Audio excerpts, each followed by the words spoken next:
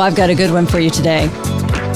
He just told me, Pandy, I do these all the time.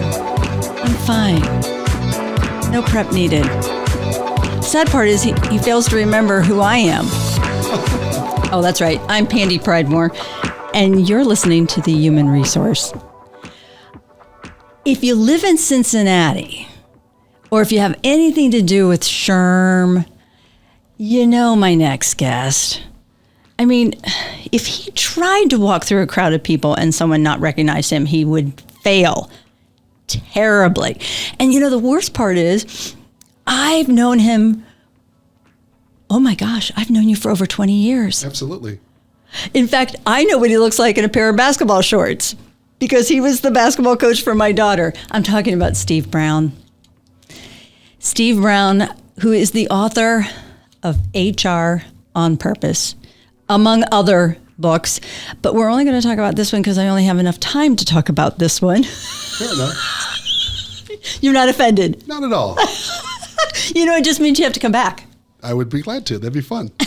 He is always this nice. He always is. And I think sometimes I've always overwhelmed him. But, you know, like I said, when you know somebody for 20 years, he knows that I have a very strong voice yelling off the bleachers, and that my daughter would sometimes look at me and go, Coach, tell her to be quiet. He always handled me very well. But this was impressive. No, I'm serious. Yes, I have high respect for you as an HR professional, but an author. Yeah. What inspired this?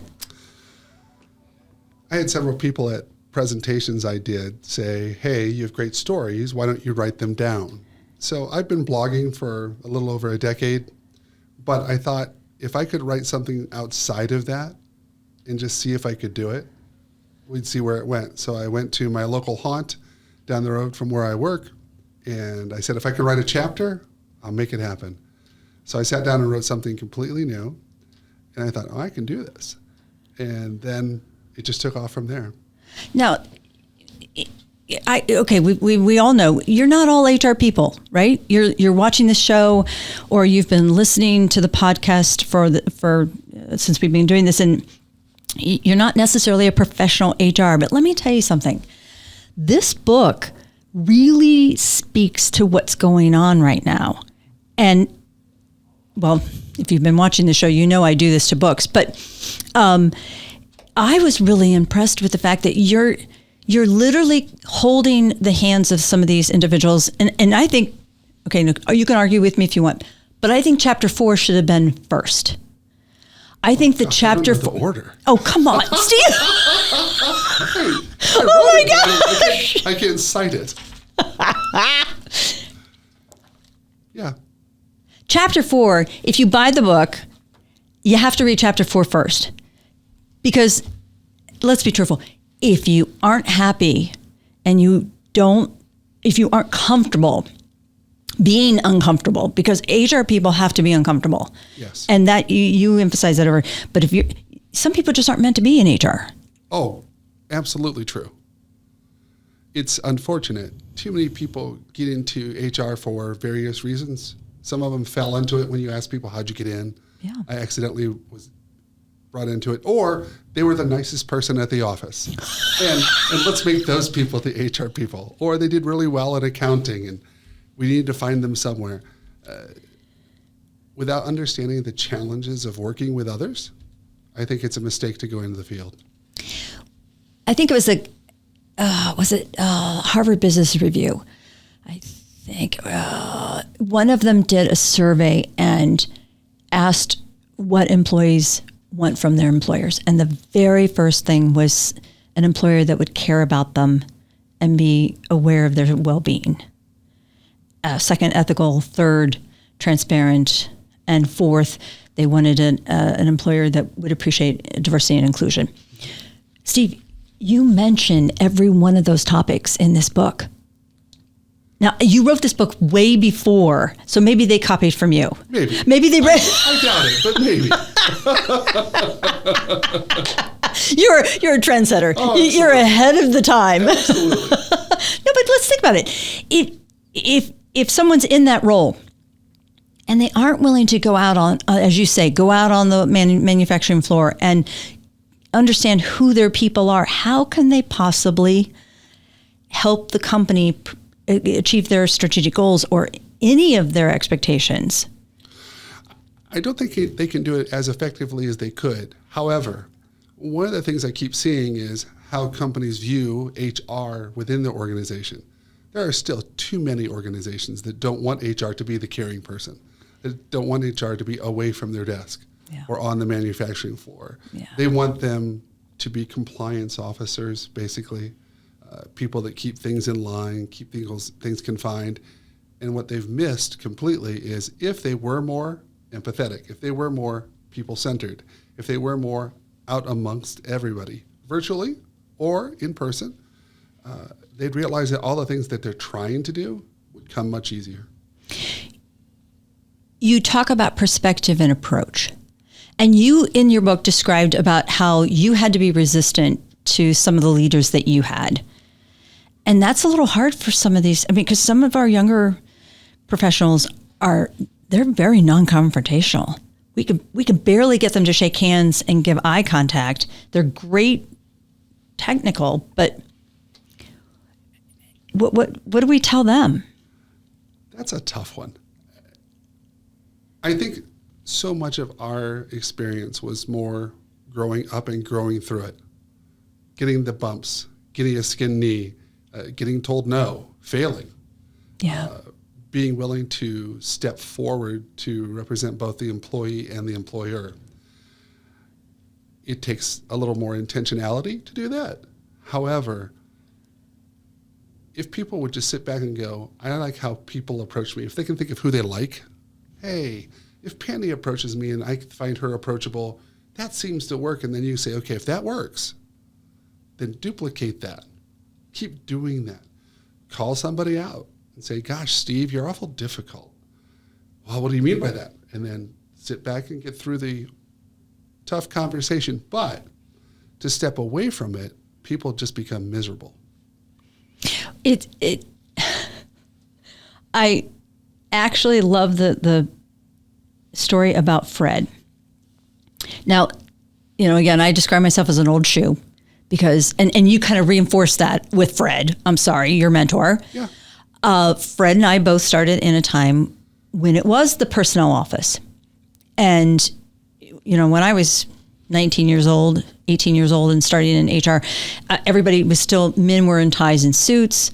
Women were, had to dress well and mostly heels and dresses. Everybody was Mr. and Mrs. Mm-hmm. And there wasn't a lot of touchy-feely. We were administrators. Sure. And so when I started out in retail, so I was walking the floor, very similar to what you were doing. How do we encourage them to understand in such a relaxed environment where sometimes the HR person doesn't even meet with these remote workers? They don't even meet their workers. One of the things I think that we're missing is the generations that are in the workforce now, the ones that came after us, they're honestly more connected than we've ever been, naturally, through technology, through communities, through groups. And if you could sit back and go, hey, you know how you're connected to all these people socially? What if you do that at work? Show them how to take the skills they already know and apply it in the workforce. I have a friend who her son started for a large company here in Cincinnati and never met his supervisor. It was right before the pandemic. Didn't meet him for 2 years. Gosh. When it was on Zoom, and the supervisor was older, okay? The younger person wanted to connect. The older person was, I'm tired of Zoom, I'm gonna turn my camera off. So for 2 years, he never even physically saw his boss. He almost left the company because he was looking for that natural yearn to connect. And his boss says, just do your job. It was not an HR person, but we have to teach those that manage others how to connect. HR is done more by people who lead others than it is by HR professionals. So if we can equip those people managers, hey, boy, Steve, it's really good to do this because. Hey, Pandy, it's good to do this because. Let me give you a story about how this really works. a Fred story. Then people go, oh, I get it. But if we talk about work and not people, it's harder to do. It really is. Another survey that I was reading, and I'm trying to think where it came from. I didn't bring it with me, but it was talking about how the younger generation wants to know their status and their purpose. The very last thing they want to know is what the problem is or what the challenge is. Yet when employers talk to their employees, it's just the opposite. Absolutely. They dead center right in on, hey, why'd you do this? And I needed you to do that. And their status is the very end. Right. And your book specifically says, that's what I'm saying. It doesn't matter who you are watching this or listening to this. HR on Purpose specifically helps you understand why it is so important to connect. You talk about communicating and training in here. And I think communication, you could have put more in on just the communication aspect. And we all communicate so differently. Yes. I'm often saying perception is 99% reality. And our perception as HR people really has to be flexible and constantly adapting to who's around us. Right. I think to that point, Pandy, that's more refreshing than how many people practice.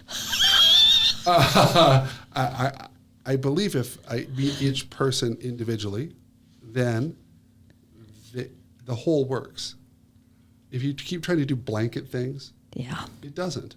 One-on-one is harder. One-on-one takes more time. One-on-one takes more effort. But all the other stuff that we keep trying to work on, focusing on strengths, got to do it individually. Focusing on diversity, got to do it individually. Focusing on value and status and purpose, got to do it individually. Collaborative or overarching HR has never worked, ever. So I think by taking care of communicating with each person, talking to each person, spending time with each person. And that takes time. Sure. But when we're talking about retention as the biggest challenge, and you're much more of a recruiter than I am. You understand that talent management field much, much better than I am. I'm more on the compliance legal side. But you are dealing with questions all the time from your network and people that you work with that, if it's really that easy, why aren't people doing it? If they aren't connecting with their employees, why aren't they? Come on, really? I think it's hard. You would think it'd be more natural, but what's funny is when you hear the message that people aren't worth your time, and we hear that from senior leadership and have heard it from senior leadership for far too long, they're finally realizing they were wrong. But in the past it was, hit those numbers, get these measurements, hit these results. And you go, but people make those things happen. And they went, what? No, it's just what? You're like, yeah. It's a switch. We just flipped the switch. When did people start being involved? And so now they're going, oh my gosh, I've ignored people for so long that they're catching up. The organizations that are moving in that direction or heading that direction, they're going to be fine. The ones that continue to use the old model, including huge brands, are struggling.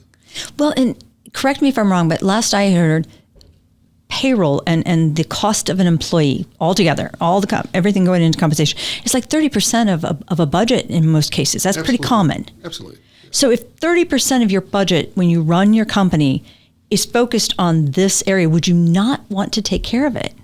You think so? It's funny. You'll see in companies, people are our number one asset. We believe in human capital, all of these phrases, but they're not worth our time. The great difference about the new people coming into the workforce to me is this. They're willing to walk. You and I weren't. Yeah. We grew up in a time where we understood if we don't work and provide, our family doesn't do well. What I admire and where the workforce is changing is they're saying, if I don't find those things that matter to me, I'll go find a place that does allow that to happen. Yeah. Employers have to respond. Well, and in your book, you also say that HR is culture. Yeah. If that person isn't demonstrating, eating, sleeping, drinking, walking, talking, the culture, and if it's the wrong culture, then that person needs to be out of HR. Yeah, it's funny. When I came to La Rosa's, the person who was there before me, they said, well, we were struggling with her and she was really damaging the culture and just not many positive things at all. I said, then why didn't you address it? Why didn't you go to that person and say, look, these things aren't helping us move forward? And the company said, well, we can't touch HR.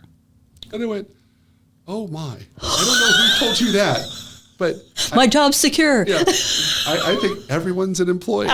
So I said, let's try this again. If I'm not adding these things to the culture, you should address me. You should get rid of me. If my team doesn't do this, you should address them, or I should address them. They were floored by that. Oh,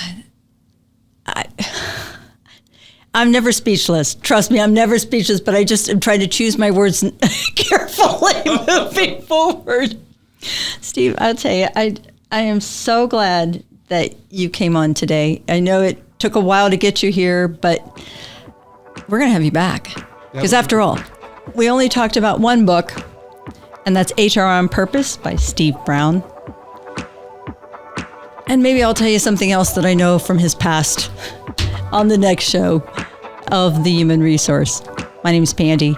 Thanks for coming, watching, and listening. See you again.